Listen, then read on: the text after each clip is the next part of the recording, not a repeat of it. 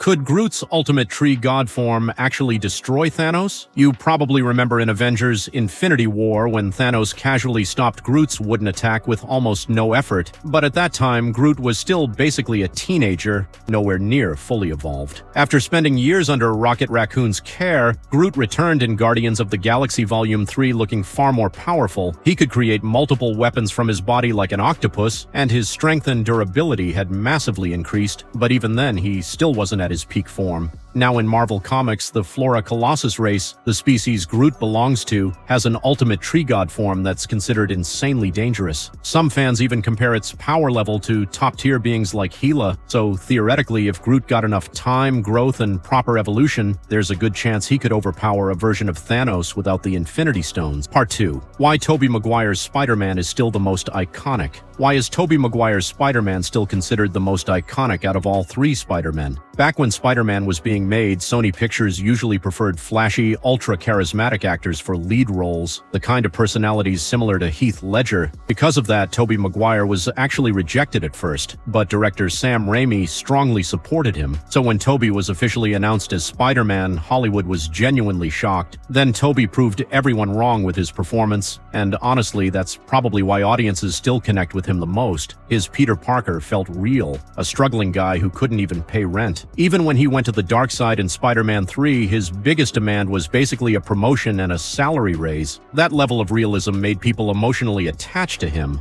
And one more important thing, Tobey was considered extremely close to Stan Lee's original vision of Spider-Man, so when both the audience and Stan Lee himself truly accepted that version of Spider-Man, it's easy to see why he became legendary. Part 3. The Ant-Man plot hole. Only science fans notice. There's a major scientific loophole in Ant-Man that most people miss. According to the movie, Scott Lang shrinks by reducing the distance between his atoms. That means his size becomes smaller, but his actual mass stays the same. The movie even tries to support this idea with small details. For example, when Scott first shrinks in the bathroom, he slips off the bathtub and crashes onto the floor hard enough to crack the tiles. That makes sense if he still weighs around 75 kilograms, but here's the problem. If Ant-Man still has full human weight while tiny, then how can an ant carry him? And the logic gets even crazier in Giant Man form. If his mass stays constant, then his strength should technically remain human level too. So how is he fighting monsters like Hulk-sized enemies? Basically, the movie's science works only when the plot needs it to.